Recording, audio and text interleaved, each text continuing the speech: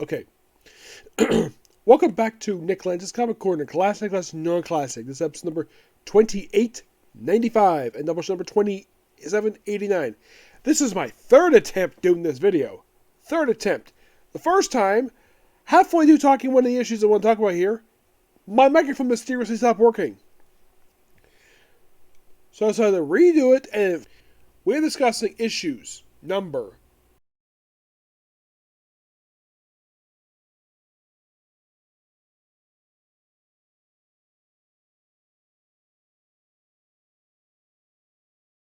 of World's Finest Comics. Well, mostly one feature for this book.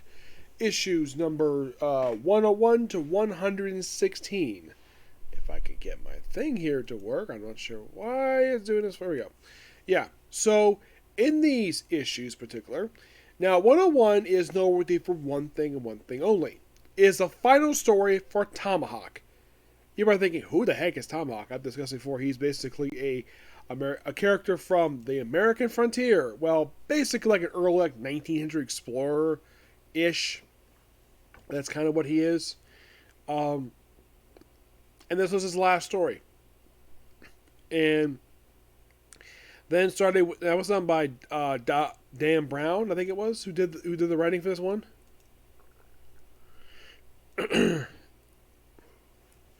then it started with Redneck issue of Arnold Drake take over the book with issue number 102 with the Tommy Tomorrow story. Those of you might be asking, Nick, who the heck is Tommy Tomorrow? Tommy Tomorrow, as part of Retcon, he is the grandson in the ultimate future of Buddy Blank, aka Tomaahwk. Yeah, he is a planeteer. No, not Captain Planet one. No. He's part of some space patrol. He battles aliens. It's a lot of space-based adventures. It's fit on the 50s style. And they're not bad. I'm going to give these issues roughly a 9 out of 10. 8.5 out of 10. Now, the reason why I stopped 116 because 117 starts an omnibus for World's Finest. Namely, the Batman Superman stuff. So, moving on to Adventure Comics, issues 300 and 315. The reason why I said 315 because it's the last regular Superboy story for this book. Last new one published for over a decade. Until like the 400s, where he does make a brief return to the book. So, in these issues, these are a bunch of like Superboy stories. Now, I've already discussed the lead superhero stories in all these issues, from issue 300, 380, all the lead superhero stuff is all done. But we're only here discussing the Superboy stories. Now, most of the point, you have George Papp, or you have Kurt Swan doing the artwork. Though, with issue 309, it starts out with Superboy as the lead feature of this book, and by 309 he becomes a backup feature, and Legion takes up the lead feature. Like, there's various different stories, like Superboy posing, having himself as Clark out undercover in jail, to make sure to keep an eye on Lex Luthor. Comes up a couple times in the book.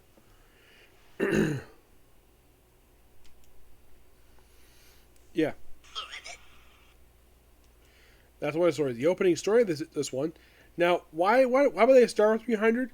Because it was because 300 is not a lot left for this area for this book. So I figured, though, why not discuss this? Because 200 is only discussed most of just Green Arrow and Aquaman stories and some Superboy stories, but not the entirety of it. Basically, and also another reason why, because this era has only got 2 stories in it, but starting issue 316.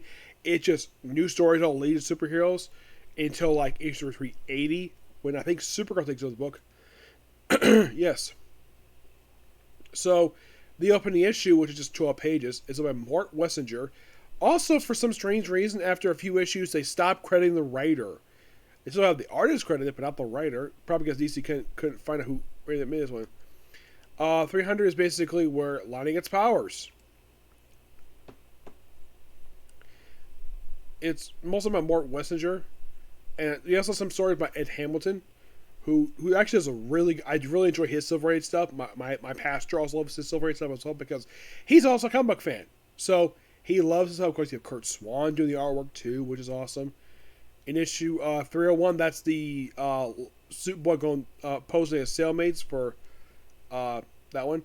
In the case of 302, this is basically Superboy battling a robot version of himself. This is one of Ed Hamilton. Leo the Foreman is 303. 303 is a weird one, where it's Leo the Foreman who does his writing here, with a guy who attacks him with birds. And by the way, he thinks he's a prince the whole story. Yeah. And then we have next one, where it thanks to Red Kryptonite, you have Superman appear in the present with Superboy, but I guess it was all by the end of the story because it's a Kryptonian story. It's an interesting one, but it's Silver Age. This is natural. And then you have him using his own strength to pose as a guy named Mark Denton, a sports star. And this is also the issue where they stop crediting the writer. Though 306 doesn't have a credit writer, I.L. Bender. This one has Mixie Mixaplex pop up in the story. Yep, Mixie.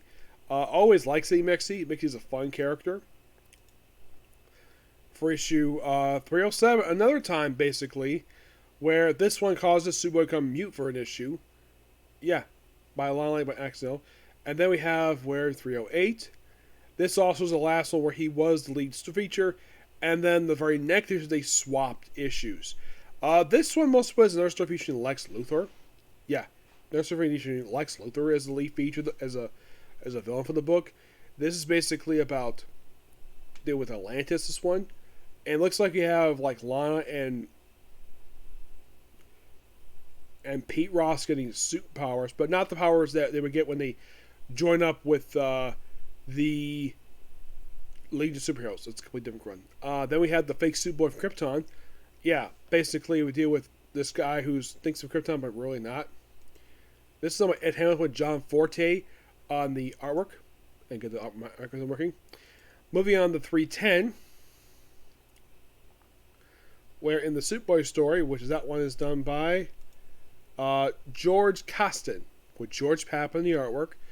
This is going to put basically it's all about some weird stuff that Lana's father's up to.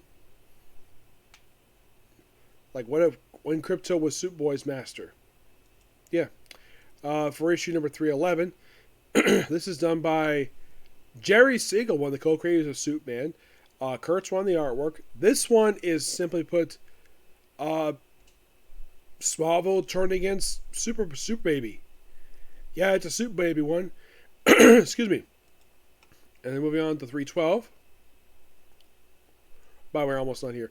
Lana Lang Hollywood Star. This one is another one. There's no credit for a writer. It's basically when Lana Lang becomes a actress. Okay, but just for one issue. And then moving on to 313, where it's called Father's Day and Planet Krypton. And this is done by Leo Dolphin and Mort Wessinger with George Papp in the artwork. It's simply put just kind of in a way where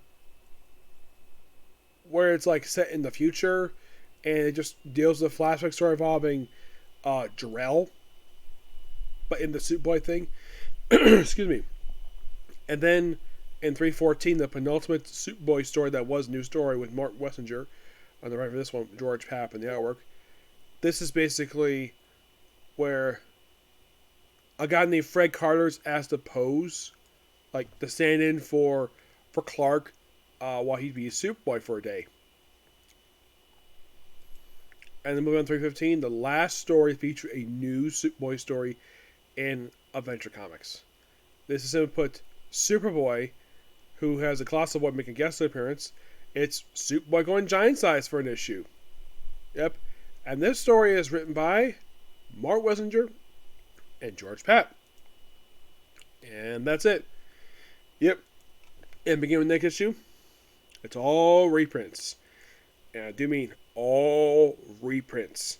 From 316 up until 380. Because all the Bucket features, there's no more new Superboy stories. It's all reprints at this point forward. Me. Basically, I did kind of enjoy this stuff because it's standard Silver Age stuff. But when I get back to the book, we start with 381. Now, I have not discussed these stories before. I don't think they were collected in the Supergirl Silver Age Omnibus. I need to check that just to be sure. I know the Action Comics were. I don't know if the Mitch Comics ones were, but I'll check it later. But yeah, so that's pretty much it for particular video.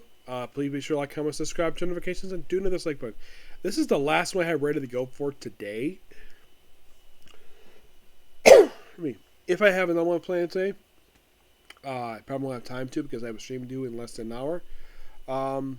I may have another video if Video Frame gets uploaded. If that gets released, I'm going to go to it right away and get it done. And I'll call it a day and probably won't do the video. I may do video 2 tomorrow, but any new anime one after today, it probably won't be till Saturday. Okay? Next video. Bye.